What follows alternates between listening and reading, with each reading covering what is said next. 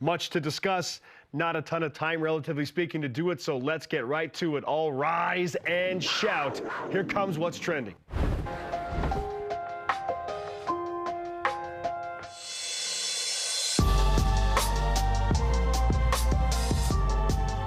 Texas Tech 81, BYU 67, your final. Red Raiders into the Final Four. BYU on to Selection Sunday. BYU now awaits Selection Sunday after bowing out to Texas Tech. That music selection has some ominous tones, some minor keys, and that fits what BYU played like yesterday against the Red Raiders. BYU, to their credit, Jarom, they put together a nice little run at the end, but when you're down 23 and you go on a 16-0 run and you're still down 7, like that's more a problem of being down 23 in the game. So BYU bows out. As you look back at the game and kind of digest the statistics, what do you feel like went wrong and where it went wrong, and ultimately what happened that prevented BYU from being more competitive in this game? Certainly the start was tough. BYU used all of its good start, I guess, against UCF, going up 21-3 in that game. And then in this game, they're down significantly from the start, Spencer. BYU couldn't buy a bucket, as they said in NBA Jam that we played when we were younger. And maybe we still play now. 21% field goals in the first half, 3 of 18 from 3, 17%. That's just not going to get it done. -9 on the boards, of course, because there were lots of misses to be had. Texas Tech did a good job of kind of blowing up what BYU was doing. A lot of defensive action on the handoff that kind of gave BYU some trouble. It's not like BYU hasn't seen that all year, but Texas Tech was motivated. They wanted to win this game, and certainly they came out and really took it to BYU. At one point, Cougar shot 1 of 18 from the field, which is just crazy. Like, if you said they're all going to shoot left-handed and they'll go 1 of 18, I'd be like, well, that's pretty bad. They should have made like 3 or 4. No, it wasn't offhand. It was straight up. Like, it wasn't Larry Bird at Atlanta, that one game in the 80s. But it was tough, man. I thought BYU would come out and have a better showing. And certainly you're going to hear from Trevin, Richie, and Foose later. They all commented on how we did not start well. Yeah. And that was very disappointing. They all must have read Extreme Ownership in the offseason like we did at BYU Broadcasting 2 years ago. Because they were like, listen, I should have done better. I could have helped the team in that way. So it was disappointing. I don't know that it was an energy thing. I don't know that it had any kind of motivation thing. Like, Tech came out and they quote, punched first. Yes. Dallin Hall, told the media, hey, we got punked at the beginning. And BYU did not start well, and ultimately that 15-0 run to get it down to 7 with 5 minutes to go, you felt like, oh, it's a game. And you'll hear I asked the guys, did you feel like it was on at that point? They were like, yeah, we thought we were coming back fully. Texas Tech makes 2 threes in a row the next 2 possessions, and it's over from there, and BYU's out. And frankly, I was a little surprised by how disappointed and somber the locker room was, given that this isn't the end of the season or they didn't make the NCAA tournament kind of vibe. They know they're going. They fully expected to win that game, Spencer. They were very disappointed. Certainly. And certainly they were disappointed with how they competed in that game. If you lose on a buzzer beater and it's a back-and-forth game and it's highly competitive, you're still disappointed. But it's different when you're down 23 at multiple points in that game. And so now we push it forward to, okay, well, given how BYU played against Texas Tech, how concerned are we that this will have some type of lingering effect going into the NCAA tournament? Because, it was ugly. BYU did show some burstability, and they showed some fight in the end. That was good. But I feel like BYU has, and I mentioned this to you, and I put this out there on social media yesterday, especially over the last 3 losses, BYU has come back the next game, and they have been gangbusters. They have played lights out. They have looked really, really good. And beating the likes of Baylor, after a loss. We're all like, oh, man, BYU just lost to Oklahoma State and Kansas State. What the heck are they going to do? They're beating Baylor and Kansas after those games, Jarom. Like, come on. So the Cougars have showed some resilience there, and I like that trend to continue. So I'm not ultra concerned that BYU somehow is going to, limp into the tournament. I don't think that's it at all. And I had a couple of fans say, well, there's a blueprint out there for how to beat BYU. And it's the kryptonite that, these teams from the Big 12, they've shown everybody else in the tournament it's going to cause problems. And I'm like, the kryptonite for BYU is when you go 1 for 18 in a stretch shooting. It's a kryptonite for every team in America. Like, if BYU hits their marks, they shoot 32% from the three-point line, they make at least 10 threes. It's a one-possession game, Jarom. They might win it. Those are the things. The kryptonite for BYU is when they don't do what they, on average, do every stinking game.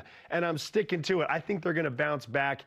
This was an anomaly. These don't happen very often. BYU rarely shoots this poorly.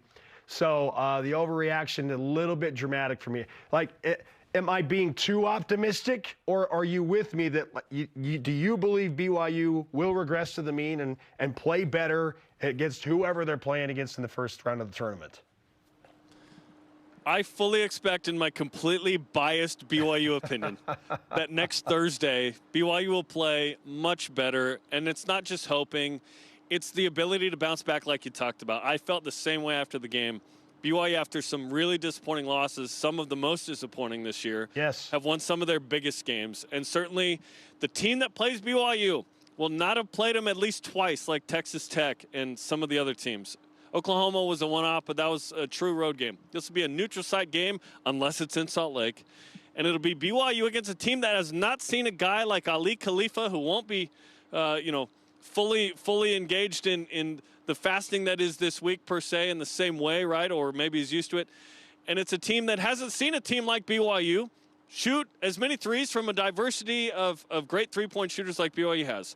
So I am confident that BYU will be just fine next Thursday. Now, if you're in a 5-12, it makes you nervous because like 35% of the 12s have won since 1985. Those are always weird matchups. Sure. But I just don't think that the opponent will have the same kind of scout and depth that BYU has faced against a team like Texas Tech. And oh, by the way, Tech is a quad one. Tech was a top 25 team. You're not playing that type of team in round one. That's more like a round two game. Yeah, it's again, I know it's not, it's easy to get lost in what just happened, to be prisoners of the moment. BYU fans did it after the Cincinnati loss. They did it after the Kansas State loss on the road. They did it after the Oklahoma State loss on the road. I remind you to go back and look what BYU did, especially late season, in the games after those head-scratching, super frustrating, what the heck happened type losses. The Cougars have shown resilience. They have bounced back. So they have burst ability, Jarom, and they have bounce back ability. They have developed that this season. I really like their chances in the first round of the tournament, which leads us into topic 2, my friend, okay? And why don't you set it up, because we got to push to the weekend. Selection Sunday approaches. Hey, BYU's going to the NCAA Tournament, lest we forget. People are bummed, but BYU's going dancing. Put on your dancing shoes, man. My mom used to go to this place called The Bay back when she was single downtown in Salt Lake. Put on your dancing shoes, baby. BYU's going to The Bay. I don't think it exists now, but all good. Okay, topic 2, Spence. Call your shot. What seed is BYU? Where are they playing? And who are they playing? So I have to approach this from a couple of different angles. Like, there's a what I think is going to happen, and there's what I really want, like, desperately hope happens. Gosh. Salt Lake, please. Please. Like, I want that to happen so badly for BYU, but there are still some moving parts out there that could impact if BYU actually does end up in Salt Lake City. Notably, one of BYU's longtime rivals.